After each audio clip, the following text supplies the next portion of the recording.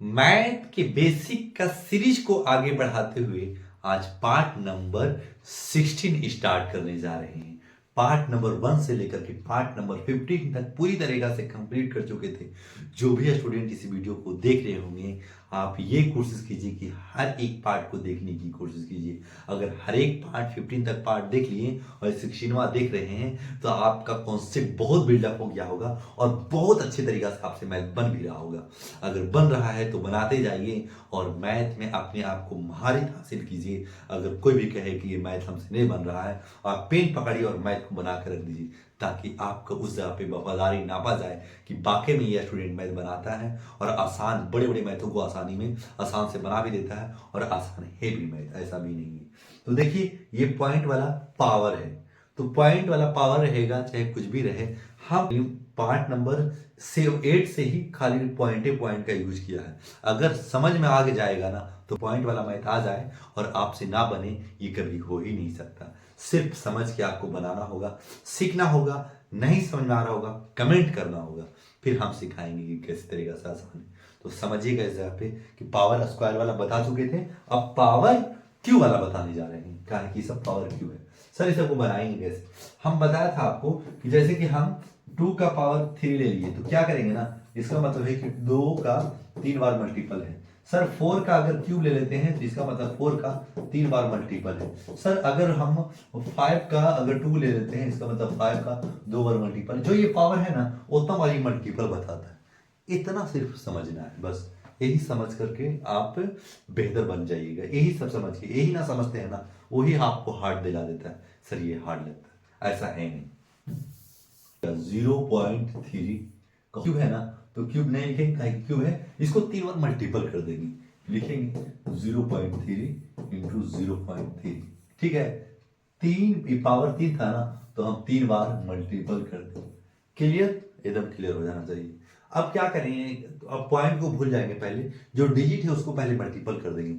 3 into 3 तो 3 3 9 और 9 3 27। इसका राइट आंसर 27।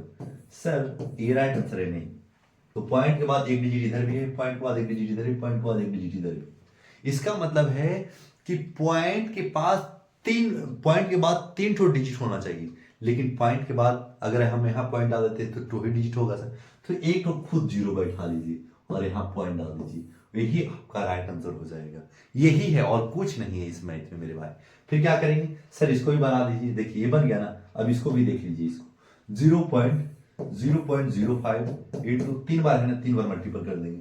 0.05 इंटू 0.05। क्लियर?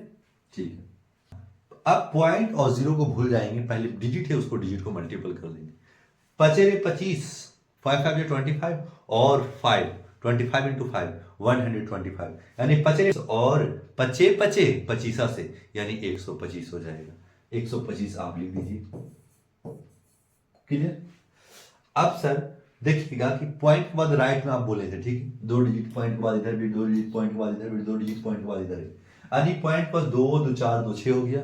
तो सर इधर तो 3 तो है, 3 जो जीरो खुद बैठा लीजिए, उसके बाद ही में आप पॉइंट डाल सकते हैं।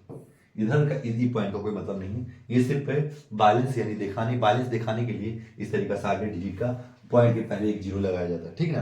तो ये हो गया आपका राइट आंसर। क्लियर? यही आपका राइट आंसर है।